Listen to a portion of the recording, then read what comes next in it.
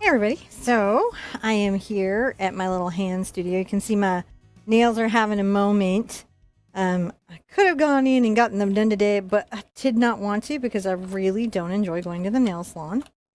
Not because there's anything wrong with it, it's just I feel like I'm not doing enough with my day when I'm there, and so it's really challenging for me to go. The benefit of that is that you get from me, let me get my water over here, an extra lesson. So this here, what I'm about to work on is a very interesting thing. This is Fabriana postcard paper. And if you look on the back, it has a little postcard. And these are wonderful because you can do all kinds of things and landscapes with that and really have a good time. Now I'm going to prep my watercolor by making sure it's a little bit wet. I like to put a little water on each of the little pans. This is the Sennelier travel set that I've been using lately. I like it. Works for me. I'm going to just try to work out some thoughts I've been having art-wise. You'll notice that I'm starting by kind of dampening the paper. I'll do this where I want things to be soft and a little out of focus. And I'll go ahead and grab one of my Quinn reds. I really like those a lot in watercolor and in acrylic. I'm going to begin to create the horizon line space in a sky. The nice thing about horizon spaces is that they tend to be kind of light if the sun is low, because it's there kind of illuminating them. And it gives you a lot of opportunity to maybe have a bit more drama. Let me get this other quinacridone right there into your work. And I do like that. You can see I'm just moving it everywhere I've got the water. It just really softens. This is probably the best, most awesome thing about watercolors and medium. I'm going to get into my phthalo blues. Is the way it softens when you ask it to. I'm just pulling this up, trying to create kind of the beginnings of a sky. The paper's heavy, so it's not buckling on me too badly. I do want to take a paper towel, though, and kind of pull some up to maybe create a little atmosphere up here. You can see it lifts some very nice cloud space.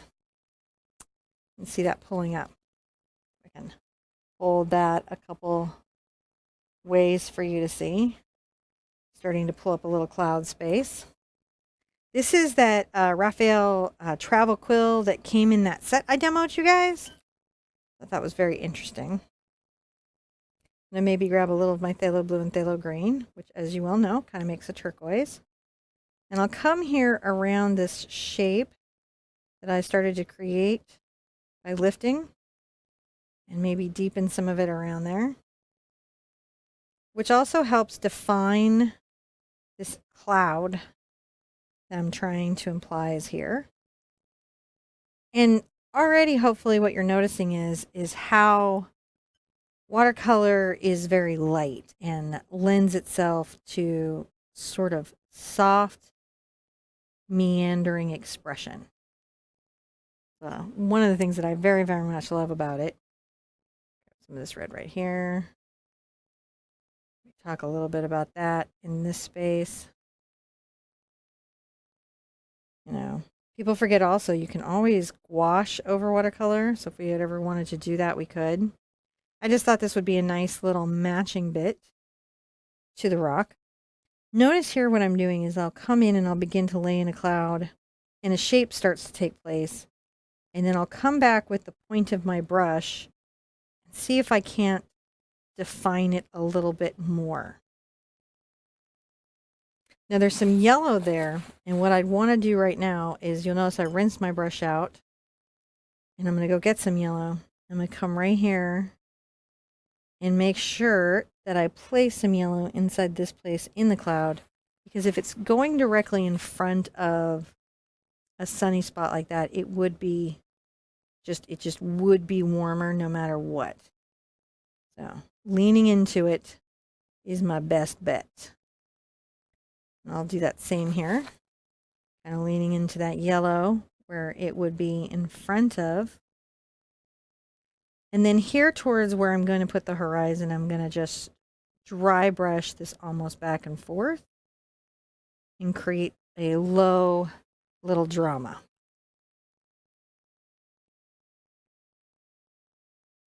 Across, work out that horizon line, right? Now you'll notice where I had dry brushing, but I came back to level the horizon line, it softened all of that dry brushing. So now I either will want to go back to that space, or maybe I'm going to look at it and go, you know, that's sort of exactly what I was looking for, and not get into it again. I'm feeling a little playful. So just out of a little kind of curiosity, I'm getting a little dots onto my brush, and I'm going to come to the top of this cloud and kind of work this purple in. I want to make something dramatic. I may use one of these little watercolor designs to create something original, possibly for the YouTube channel. Everyone is on my photo site now, so it's getting harder and harder to plan my schedule, because I never know what somebody else is going to license. And so now I'm having to think about these original spaces a little bit more. And maybe perhaps I've had to in the past. Wow, that just is coming together, isn't it? Now here, if I want to soften this, all I do is come back with a little bit of a damp clean brush, and you can see that softens out completely. Now, for sure, down this little run here. Nope. That was what happened there, was that purple was on the edge of the lip of my cup. And it got onto my brush and therefore got onto the paper because I wasn't being thoughtful. And that happens. I'm brushing water back and forth. And I'm doing that so that I can create a very bright little corridor. Now, it will soften as I come in, but I just want to make sure that there's... You'll notice here, yes, I added yellow, and yes, it brightened it, and I can keep brightening it if I want to through these clouds, which is really fun and kind of, I think, spectacular looking. But I really want to make sure that this here is quite bright. You know, even if I'm going to get into some other colors, maybe to talk about my ocean a smidge imaginatively, as I am wont to do. Look at that. We're just going along. Going along, having a good time.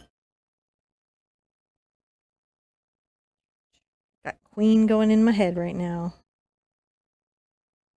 I love bits of watercolor where it does little interesting things like that, and I'm always reluctant to ever take those out. These are happy accidents in my mind. I'm going to definitely continue to work my blue and green together. Let's come here and think about what we can do in this space.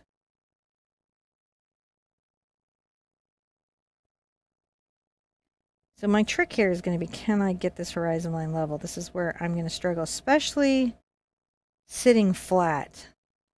So what I might actually do is stand up, which I'm doing, and look down. Otherwise, I may be struggling even more than it appears that I'm struggling right now. Notice that I am okay with allowing that bead of water to blend in. There we go. I think we did pretty good there. That gets me started. I can always dip into more water. And here we go, coming along. Potential, something that I can do, you know, on the show, right? I like pulling the bits of the ocean color through,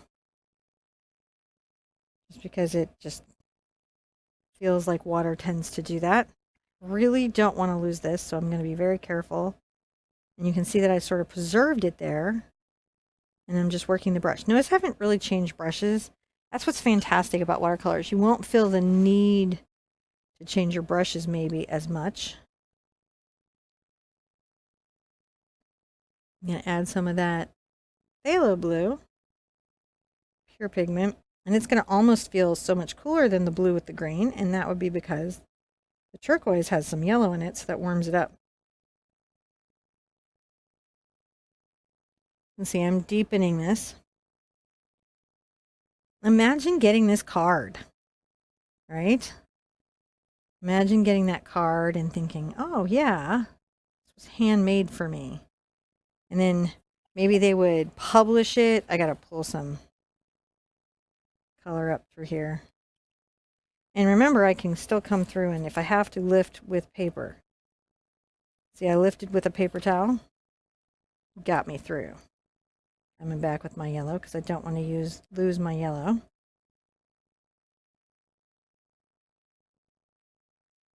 I can always come back and add reflections. They'll go a little green. But you almost can't get it wrong with watercolor sometimes, it feels like. It feels like as long as you're playing and you keep that spirit and energy light. I realize it's quite esoteric, but the painting will just keep coming out. And then even as it dries, it will continue to soften. So it can look quite rough during the construction stage, and then all of a sudden feel much more soft and abstract and arty, and then you continue to look at it and it will continue to soften. You're like, wow, I wasn't even sure that was going to be a good painting, but then it really, really was a good painting, and I'm super duper pleased with that, as you know, the yellow is seeping into the blue and these colors bleed into each other. Now you can still do a lot of detail stuff if you want to. That's completely doable. I got some detail brushes, I believe. There's one. Gotta test them. So this is quite a small little brush. So, you know, you can, if you feel like you need to work some detail, you can. Right? And here you'll notice that we create these little harder edges. Even this will still continue to soften as the paper pulls it in.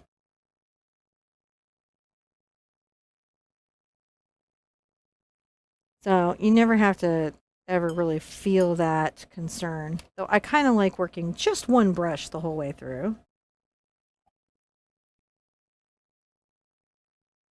Softening the underside.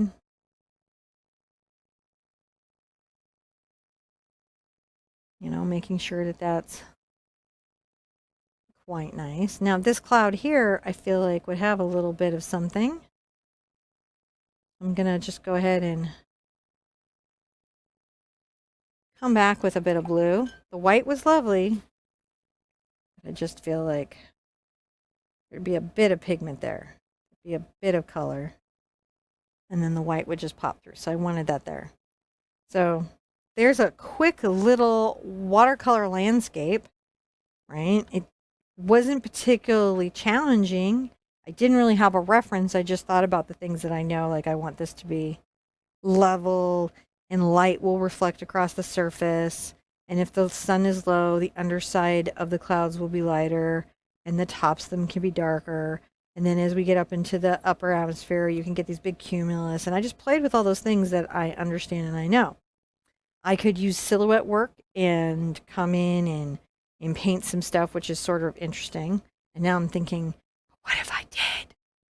What would that be like, right? So that's what you get to do with watercolor. You get to be super light, you get to be super easy, you get to be super playful, and you get to do many, many, many, many of these. So this is the Fabriana postcards that I used. If you like that, this is the Sennelier watercolor, the good one with the honey, and this is part of their really gorgeous travel brush set that you can get. That's really lovely, in my opinion. Okay, what do you got to do after that? You kind of have to come up with a way to sign it. I think it's okay to sign it in pen. I'm going to try to find a fine one that I like. This seems, this is an infographic Pigma. This is from Pigma. And you can tell from the brown cap it's a sienna.